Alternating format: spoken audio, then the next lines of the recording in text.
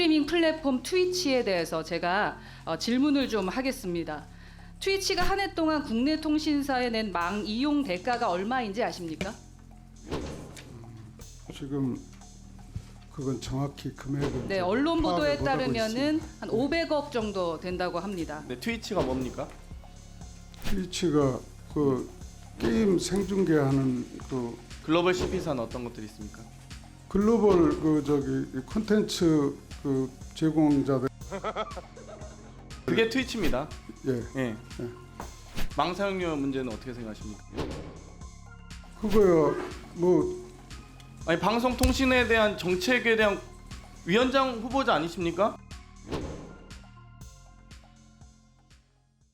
국민의힘 허은하 의원님 질의해 주시기 바랍니다. 네, 김홍일 후보자님, 예. 인사청문회 서면 질의에 방송통신위원장은 국민을 위한 봉사하는 자리라고 답변을 하셨던데 위원장으로서 어떤 행보가 국민을 위한 봉사하는 일이라고 생각하시는지 구체적으로 짧게 말씀 부탁드립니다. 방송 통신에 대한 어떤 공정성 문제 그리고 또 방송통신 이용자들에 대한 보호 문제 뭐 이런 것에 주로 초점을 둬야 될 것 같습니다. 네, 그렇다면은 제가 전임 위원장 후보자 인사청문회 때도 말씀을 드렸지만 방송통신위원장은 방송 장악하는 자리가 아닙니다. 정책하는 분이고 민생 살펴서 지금 말씀하셨던 뭐 공정이나 보호 해주셔야 될 텐데요. 특히 방송보다도 통신 분야 민생 체감도가 훨씬 높기 때문에 통신 정책을 좀 잘 챙기셔야 할 겁니다. 방송이 정치적으로 편향됐다고 해서 당장 국민 일상에 지장이 생기는 것은 아닙니다. 그런데 작년 SK CNC 데이터 센터 화재 보셨겠지만 카카오톡 오류 1분 때문에 국민께 얼마나 큰 불편 드렸는지는 알고 계실 겁니다. 예, 그런 의미에서 수많은 스트리머와 시청자들에게 불편 드리고 있는 게임 스트리밍 플랫폼 트위치에 대해서 제가 질문을 좀 하겠습니다. 트위치가 한 해 동안 국내 통신사에 낸 망 이용 대가가 얼마인지 아십니까? 지금 그건 정확히 금액은 네, 좀 언론 보도에 파악을 못하고 따르면은 있습니다. 한 500억 정도 된다고 합니다. 우리나라가 세계에서 네 번째로 트위치 접속량이 많고요. 월 평균 이용자 수도 232만 명에 달하지만 다른 나라에 비해서 10배 비싼 망 이용 대가 때문에 내년 2월부로 사업을 철수할 계획이라고 하는데 그건 알고 계셨죠? 예, 그런 보도는 봤습니다. 네, 스트리머들은 수년간 공들여온 일자리를 한순간에 잃게 됐고요. 그리고 시청자들은 어느 플랫폼으로 옮겨가야 할지 지금 우왕좌왕하고 계십니다. 공정하지 않죠. 또 실제로 제가 아마존 웹 서비스 영상 스트리밍 서비스 요금을 확인해 보니까요. 북미에서 풀 HD 라이브 영상을 1시간 동안 송출할 때 1시간당 181원이 듭니다. 그런데 우리나라에서는 324원, 거의 2배 차이가 납니다. 통신 3사가 국내 CP에서 받은 망 이용 대가 추이 현황을 보면요. 국내에 비해서 해외 CP망 이용 단가가 훨씬 낮지만 전체 트래픽 양이 많은 해외 CP가 더 많은 돈을 낼 수밖에 없는 상황입니다. 지금 상황을 좀 살펴보셔야 된다고 저에게 좀 답변을 해주셔서 묻는 건데요. 국내 CP가 역차별을 받아서는 안 되겠지만 통신사의 과도한 망 이용 대가 요구로 인해서 해외 CP가 철수하는 상황이 벌어져서는 안 된다고 생각합니다. 결국 이로 인해서 피해 보시는 분들이 200만 명이 넘는 우리 국민이고요. 그걸 또 감당해야 된다라는 겁니다. 후보자 입장 궁금합니다. 지금 그 말씀하신 그 부분에 대해서 과도한 그 망 이용료라든가 그런 부분이 있다면 그건 좀 시정돼야 될 것 같고요.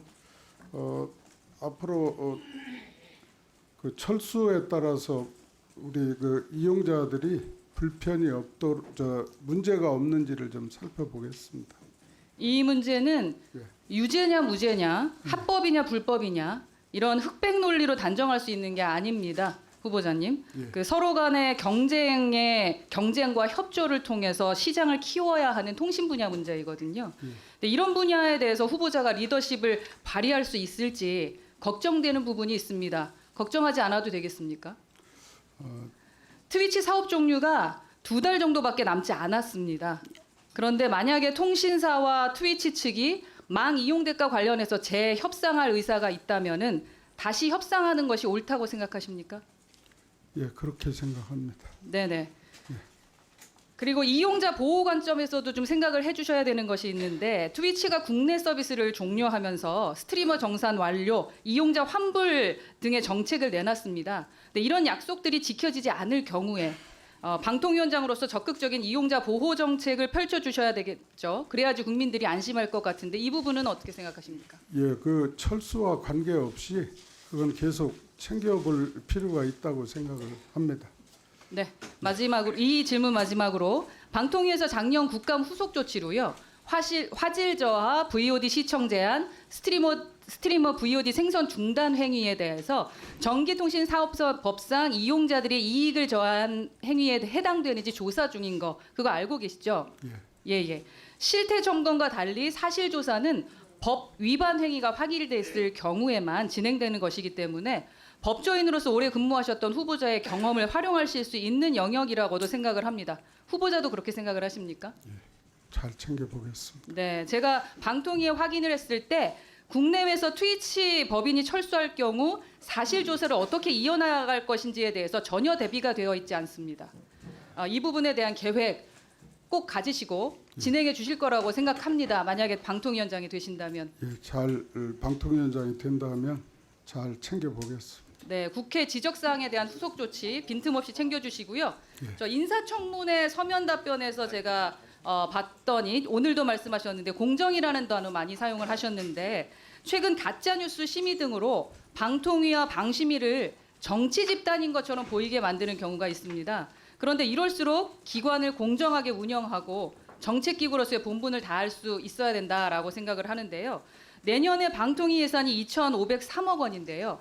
방심위가 내년 예산 주신 그 총액이 얼마나 되는지 아십니까? 예산 360억 네, 정도로 맞습니다. 기억합니다. 그러니까 방통위 예산의 15% 정도 되는 돈입니다.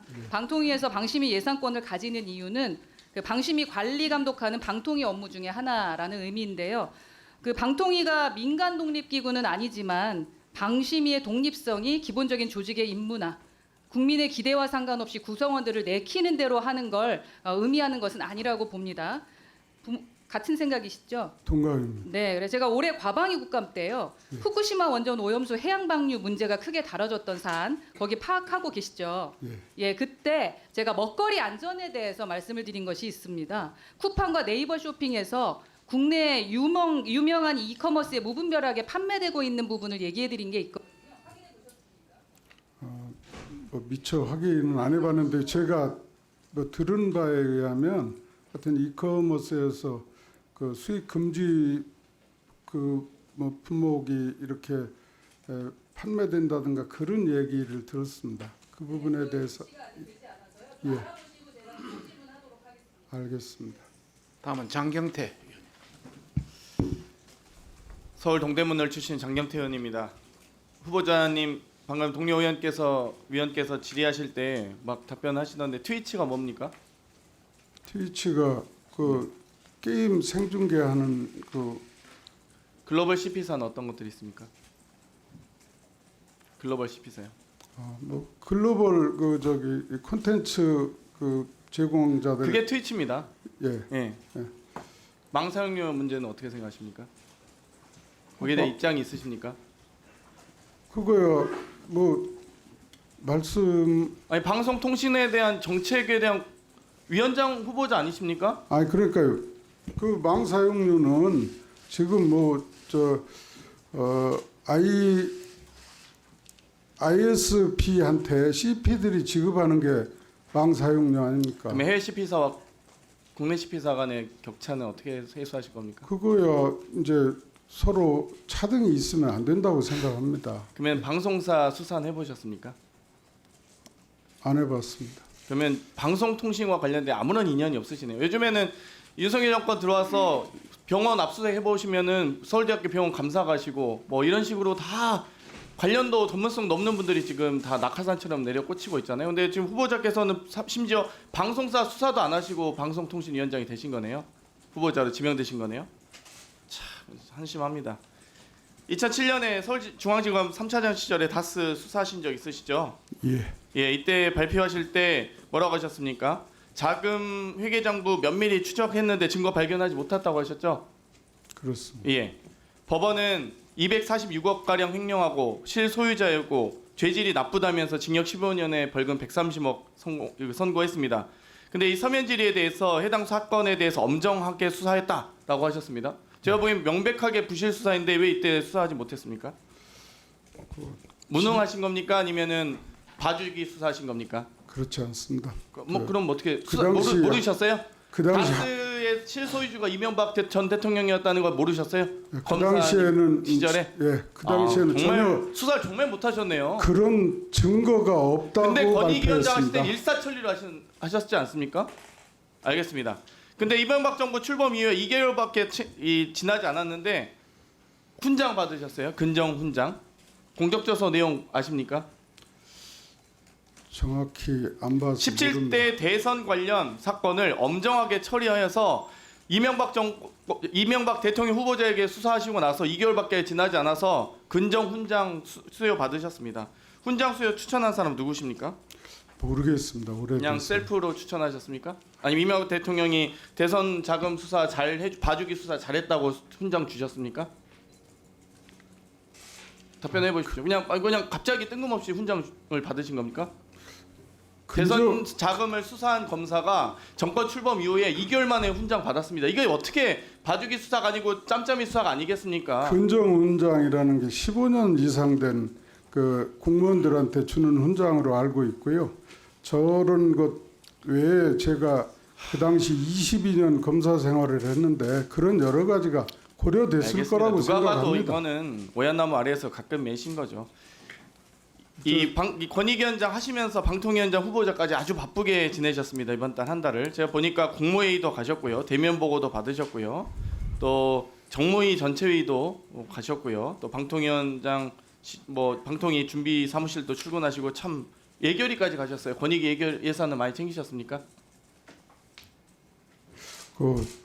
제가 아무튼 바쁘셨는데 이 권익위원장 사퇴를 왜 이렇게 늦게 하셨습니까? 6일 날 원래 하신 걸로 저도 알고 있었는데 22일에 사직하셨더라고요. 그것도 비공개로.